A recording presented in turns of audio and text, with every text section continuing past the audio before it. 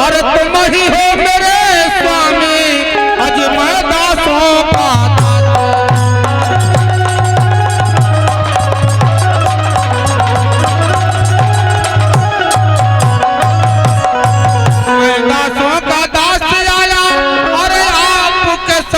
तिहारी और आज सभा में फंसी है नैया अब पार करो हमारी।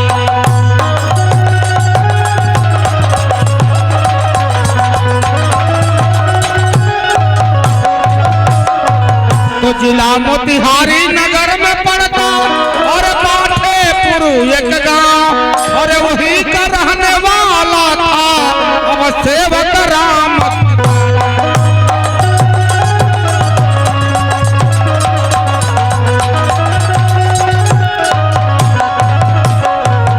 सेवक राम किसान विमला और रहती थी बीमार और विमला को लेकर सेवक हरदम अज रहता था परेशान।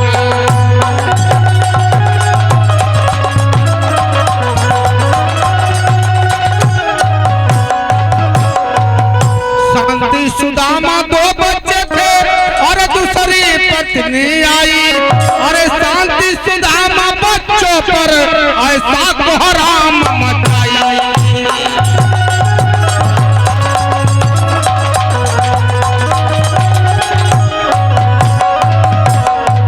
और सुनिए दुख भरी कहानी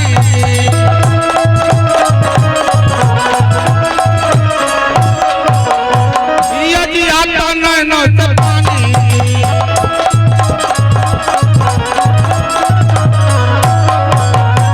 तो ये गुलाब प्रकाश का माया जाल फसाना और कहते हैं अच्छे लाल सज्जनों यह खेल देख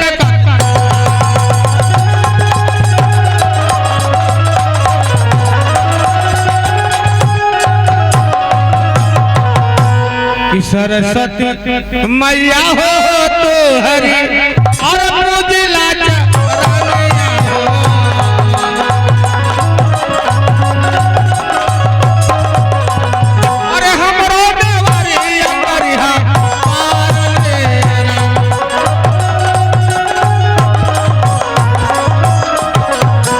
हरे भरोसे मोरी माई हो और यही ना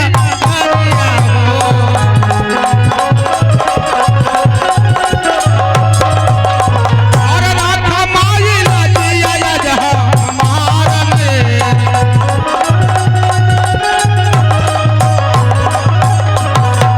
की बात ये गुलाब मोरी माई हो और तुहरो अल्लाह नामा हो।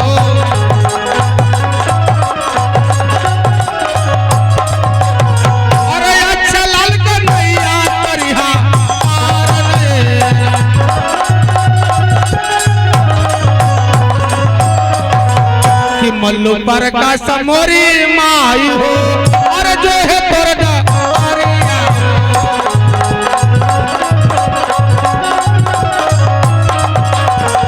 गुलाब का नैया करिहा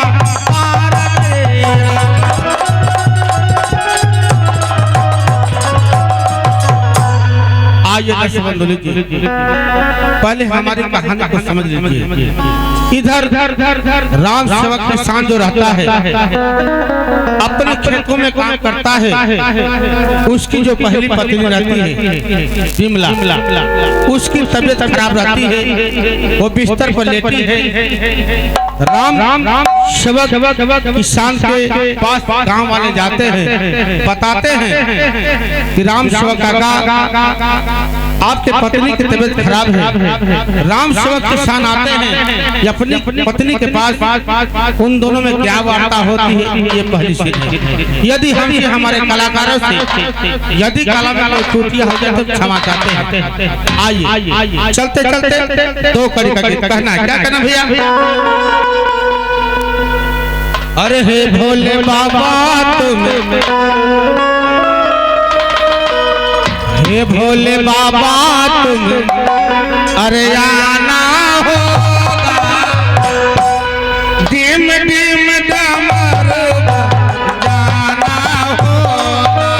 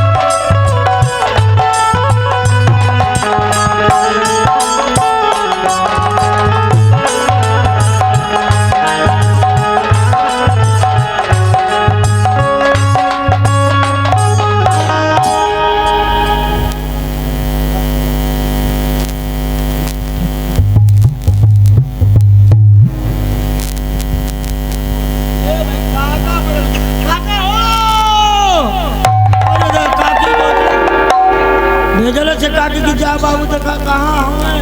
अरे आज चला जल्दी। का भइल बाबा लफुआ? चाची की तबीयत बहुत खराब, बहुत तेज खराब है। का तोरी चाची की तबीयत खराब बा? हाँ अरे जल्दी बाबू चला तो की याद करत हई। बाबू हाँ हमरे पास 1 रुपया है ना, तू तो गरीबी अमीरी देखते बड़ हम। हाँ सही बात है। तोहरे काकी के तबीयत खराब बा।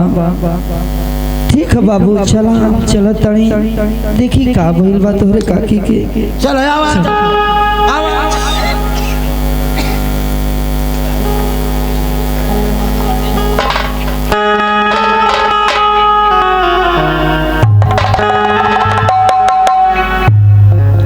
माँ कराहत रही हो, माँ कहरत रही हो। कह दी बाबू तनी अपनी काका के खोज ले आवा। कोई जा हम भागल गई है तो ओके खोज के लिए आवे।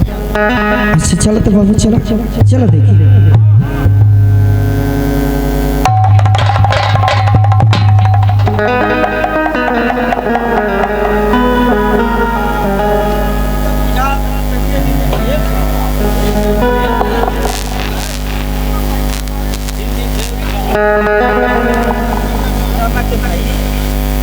हाँ सुदामा के बाबूजी,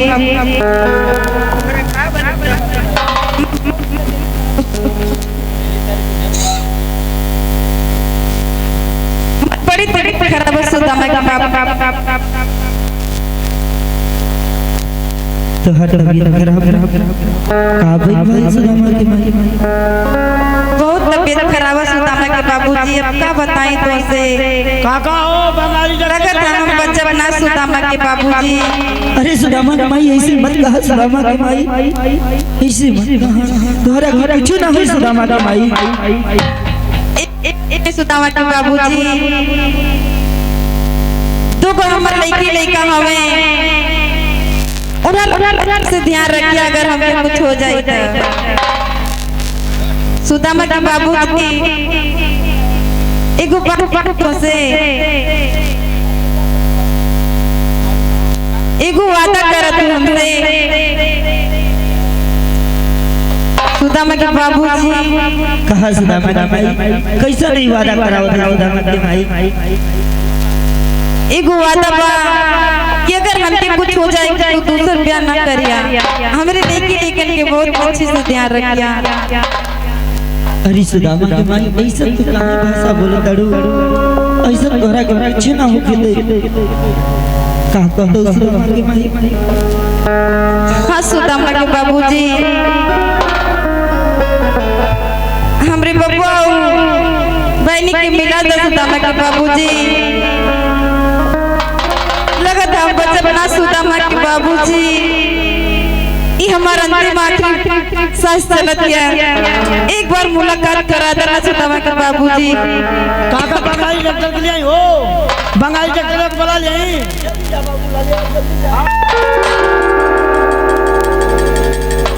सुदामा के बाबूजी सुदामा के माई लगत हम बच्चा बना सुदामा के बाबूजी।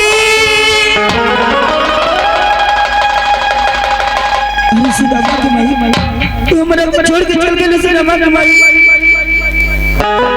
अरे सुदामा के माई तू ये नहीं ना कहलू सुदामा के माई, तू नहीं ना कहलू।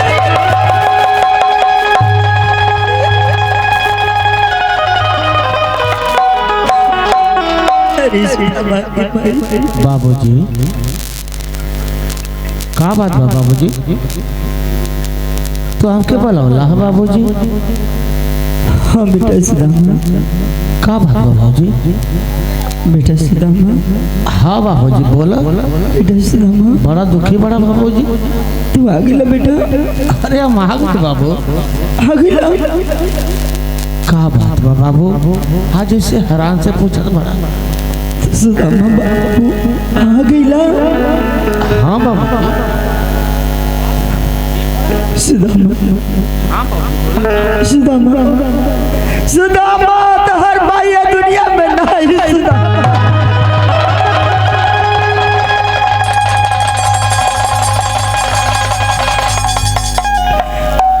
हाँ सुदामा हमार माँ ये दुनिया में नहीं बाबू। ये तू कैसे बात करता बाबू? हाँ सुदामा हमार माँ हमके छोड़ के ना जा सकेले बाबू। तू इसे कैसे बात करता? चलो सुदामा देख ले, हमारी बात का विश्वास ना है सुदामा। पहले ये बतावा बाबू कि माई के का भइला मोरे बाबूजी, माई के का भइला मोरे बाबूजी, हमारा के बतावा।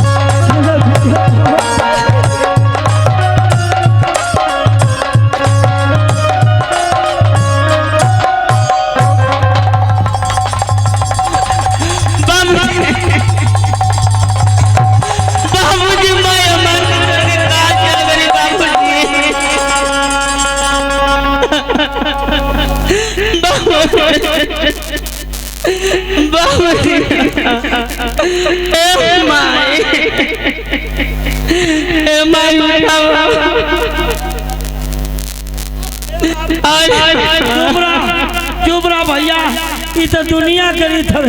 एक दिन सब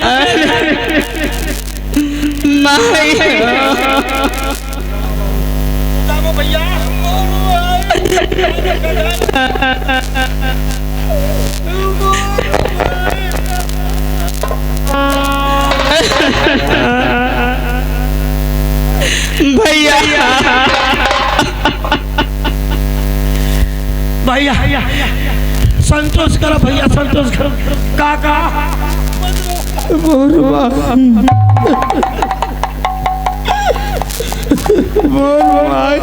अब कहते रो रो के मर जाए, लेकिन चाची वापस ना आई। सब्र करो भैया, भैया सब्र करो। अरे काहे मुख हमरे से मोड़ गइल मारी हो, अरे काहे मुख हमरे से मोड़ गइल मारी हो, या हमके आधा जलवै में छोड़ गइल मारी हो।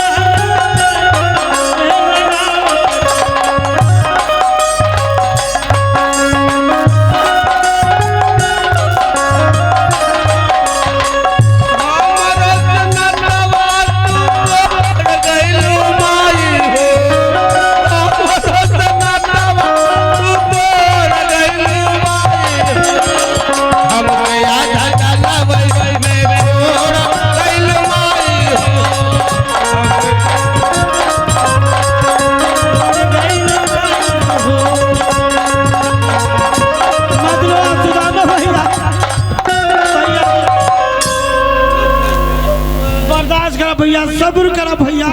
ये तो दुनिया के रीत है, एक दिन सबके जाए के है भैया।